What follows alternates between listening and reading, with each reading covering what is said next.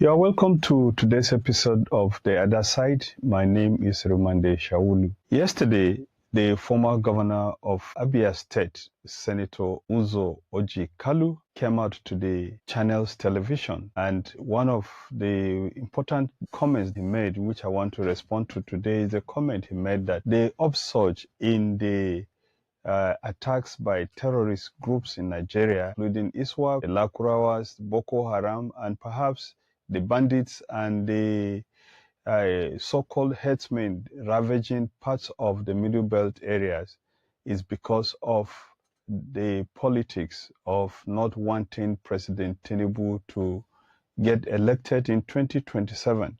As far as is concerned, the resurgence of the conflict is politically motivated. Hear him. People want power. They want to destroy the whole system to grab power. And you don't grab power this way. That is the truth. People are paying, it's a fact base.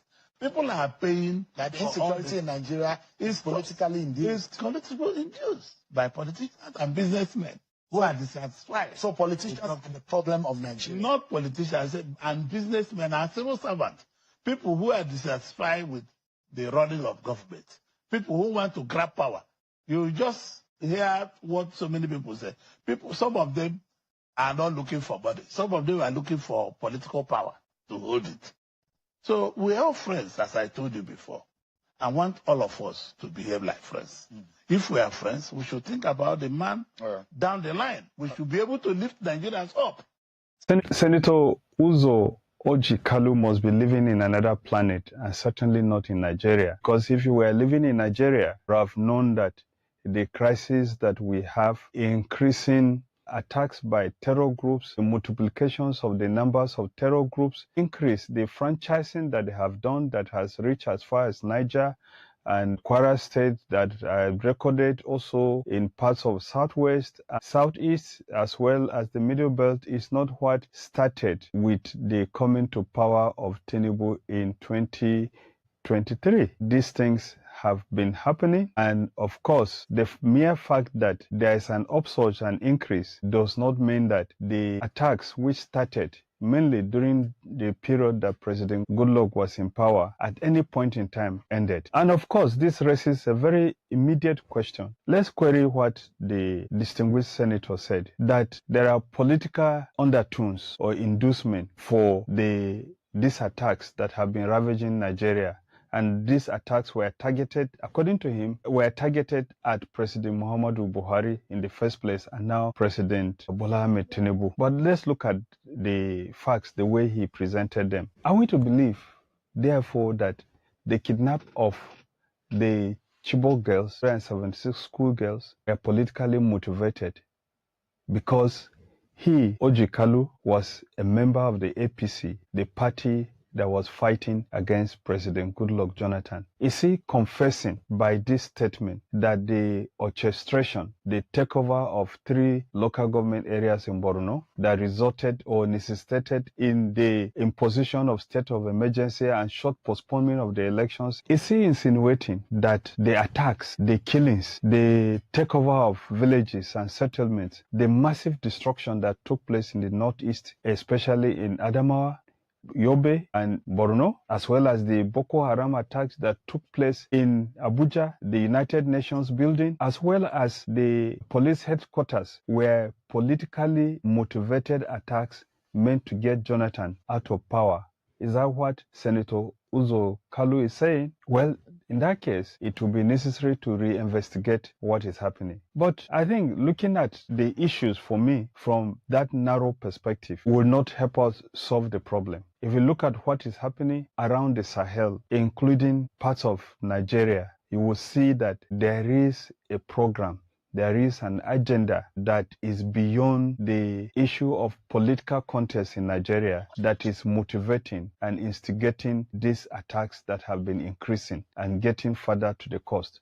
Just take a look at the report by the Punch newspaper, which reported that a general of the United States Army, which is seeking for cooperation with Nigeria and some Sahel states, is warning that Boko Haram, ISWAP, and those other groups have their eyes on the coastal part of Nigeria. That means that even Lagos and Port Harcourt are not free, and that when they take over, when these terror groups take over the north, the way they are going, they will not stop.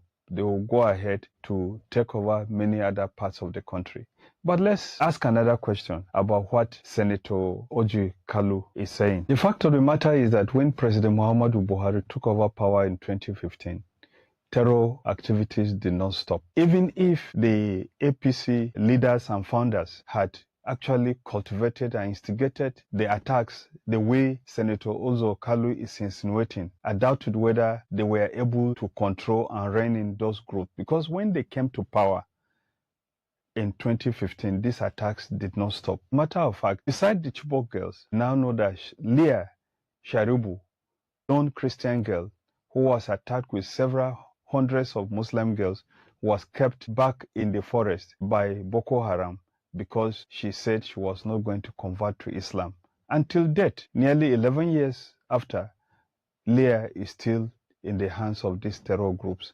And one by one, some of the Chibok girls that were kidnapped have been found and brought back to their parents, traumatized, disorganized, and not able to understand what happened. If you even take a look at the Chibok area itself, as one of our guests said in one of our interviews, the whole of Chibok is almost being taken over. According to him, there is only one settlement that is standing between Chibok town and Sambisa forest, because all other settlements before Sambisa forest, according to our guest, have been taken over by violent non-state actors who have attacked Adamawa, who have brought back their activities of planting improvised explosive devices, one of which took off in Abuja recently, several of which have been taken off in Borno State, and nobody knows how far these things are going to go. Are there some smart minds who want to control political power in Nigeria who are controlling these guys? You can never say never in this type of understanding, because you cannot really understand the ways of man, what is in the heart of a man. But let's assume that it is true that there are people who are instigating these young people and getting them to do what they are doing. Does it mean that when these people come to attack, they will not be affected? Certainly not. And so nobody, not even one person, will be safe in what is happening. Today in Nigeria, many more areas have been taken over by these non-state actors. Farmers are no longer going to their farms. And it did not start with the current president. It started even under President Goodluck Jonathan. And throughout the period of the reign of President Muhammadu Buhari, several villages were being attacked. Many people were being displaced. Several communities in Kaduna State, community leaders said that over 163 communities were cleared by these non-state actors. In Plateau State, the governor has cried out that 63 settlements were being cleared, and there have been news reports that ISWAP is trying to set up base on the plateau. I think it's important for those who are close to the president to help him to look squarely, passionately at what is happening in Nigeria. And like I said in an earlier video, they should also look at the connections between what is happening in the Sahel, what is happening in Burkina Faso, what is happening even in Benin Republic now, what is happening in Niger, and the things that are happening in Nigeria. They also need to tell the president to listen to what Shekau said when he started his campaign. When he started his campaign, he was very open about it. And ISWAP have made similar claims that they do intend to take over Nigeria and turn it into a caliphate. That is the agenda. Anybody looking at any other factor beside this agenda is doing a disservice to the president, is doing a disservice to the country. And even Abia State, where the senator comes from, is not safe. Delta State is not safe. And of course, we do know that states like Edo State have been crying. People have been crying. Their farmlands and forests have been taken over. I have a friend who called me recently from the UK. He came, he saw my farm, and he wanted, or he was trying to do a similar farm, a plantain farm in Edo State. He planted, I can't remember the number of hectares, and so-called herdsmen went to the farm and cut down all the plantain, and the man has had to relocate back to the UK. These are not people who are working for one political party or the other. All the political parties are going to lose, including the president, if he does not pay attention to what is happening. What the president needs to know is very clear. He needs to pay attention to what the presidents of Niger, the president of Burkina Faso and Mali are saying. He needs to pay attention to what the Americans are saying. He needs to pay close attention to what Shekau said when he started this campaign, because they will not stop if they are not stopped. This is the other side. My name is Romande Shawulu.